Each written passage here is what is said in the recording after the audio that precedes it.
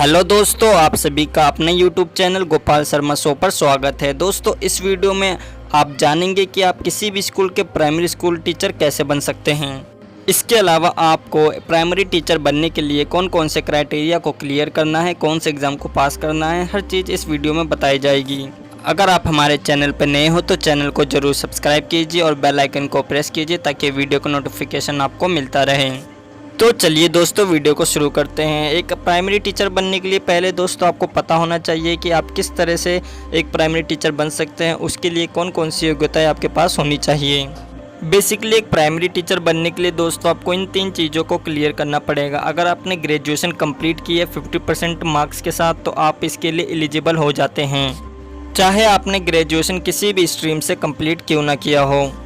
आप इसके लिए एलिजिबल हो जाते हो एक प्राइमरी टीचर बनने के लिए। साथ ही साथ अगर आपने कुछ स्पेसिफिक कोर्स किए हैं, DLED, DED, BLED, BEd, DEd या ऐसे कोर्सेस हैं जिन्हें आप ग्रेजुएशन के बाद करके प्राइमरी स्कूल के टीचर बन सकते हो। ऐसा कोई स्टूडेंट जिसने DLED का कोर्स किया है, जिसे हम BTech के नाम से भी जानते हैं, तो अगर आपने BTech भी किया है तो भी आप प्राइमरी स्कूल के टीचर बन सकते हो। DLED, DEd और BEd, इसके अलावा जो BLED है, ये ऐसे कुछ कोर्सेस हैं जो 2 साल के होते हैं। अगर आप वीडियो में कमेंट करें कि इनके ऊपर पूरी इन्फॉर्मेशन चाहिए इन कोर्सेज़ के ऊपर, तो वीडियो मिल जाएगी। बस कमेंट करके एक बार बता दीजिएगा कि इन पे आपको इन्फॉर्मेशन चाहिए। इसके अलावा जो नेक्स्ट है वो है TTET का पास करना। अगर आप ये जो TTET का एग्ज़ाम है दोस्तों, ये हर स्टेट वाइज अलग अलग होता है, तो इसके कुछ रूल्स होते हैं जो अलग अलग होते हैं।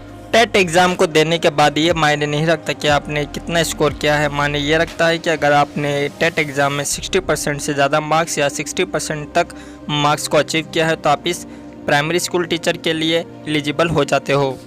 अगर दोस्तों आपने इन 3 क्राइटेरिया को क्लियर कर लिया है तो आप प्राइमरी टीचर बनने के लिए एलिजिबल हो जाते हैं। अब यहाँ पर आपको दोस्तों उम्र के बारे में पता होना चाहिए कि किस उम्र के लिए ये पोस्ट निकलती है।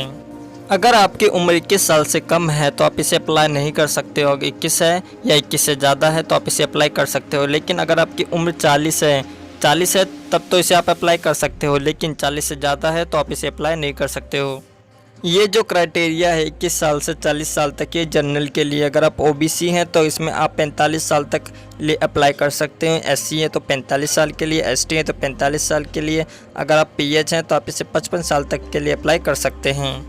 इसके अलावा जो प्राइमरी टीचर बनने के लिए मेन चीज़ होता है वो होता है एप्लीकेशन फॉर्म को भरना। इसमें जो आपके एप्लीकेशन फॉर्म होगा, इसका जो प्रोसेस होता है वो ऑनलाइन ही फिल किया जाता है। इसके अलावा जो एक एप्लीकेशन फ़ीस है, जनरल के लिए वो 600 रुपये है, SC ST के लिए 400 रुपये, जबकि PH के लिए कोई फ़ीस नहीं है। जब आप इसके ऑफिशियल साइट से इसके एप्लीकेशन फॉर्म को फिल कर दोगे, उसके बाद आपका एक इंटरनल एग्ज़ाम होगा जिसे सुपर टेट के नाम से भी जानते हैं।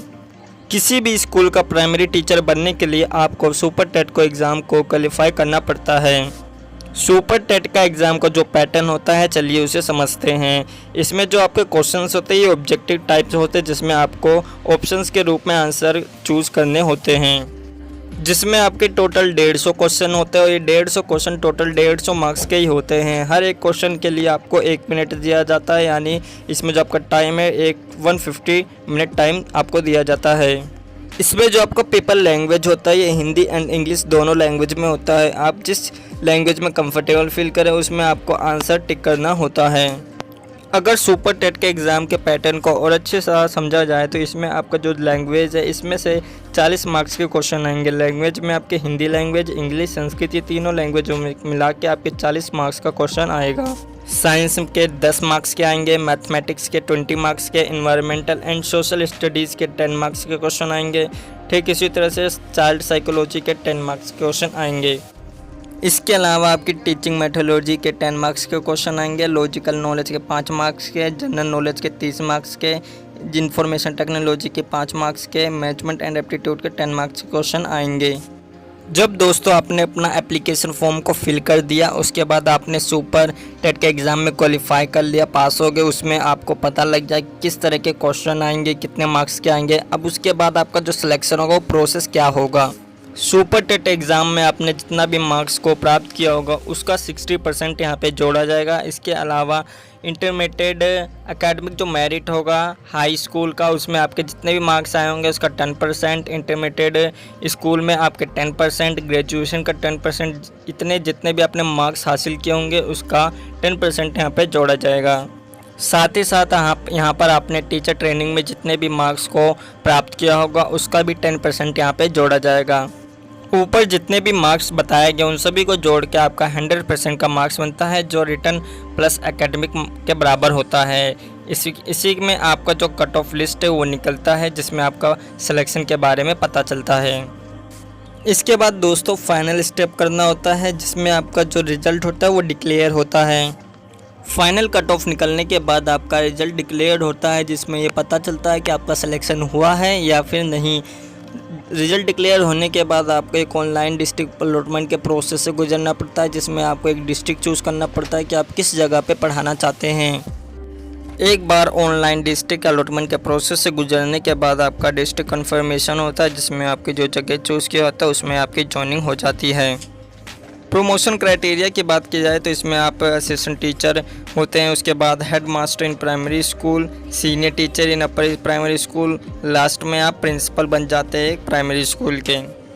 एक प्राइमरी टीचर की सैलरी की बात की जाए तो रूरल एरिया में 39,000 से लेकर 40,000 तक सैलरी होती है। इसके अलावा जो अर्बन एरिया है यहाँ पे 41,000 से 500 तक, 42,000 से 500 तक सैलरी होती है। आई होप दोस्तों आपको समझ आ गया होगा कि एक प्राइमरी टीचर कैसे बनते हैं, किन एग्ज़ाम्स को क्वालिफाई करना पड़ता है, क्या योग्यताएं चाहिए होती हैं। इन सारे क्वेश्चन का आंसर दोस्तों आपको इस वीडियो में मिल गया होगा। तो दोस्तों इस वीडियो में बस इतना ही। अगर आपने हमारे चैनल को सब्सक्राइब नहीं किया है तो चैनल को ज़रूर सब्सक्राइब कीजिए और बेल आइकन को प्रेस कीजिए, ताकि वीडियो का नोटिफिकेशन आपको मिलता रहे।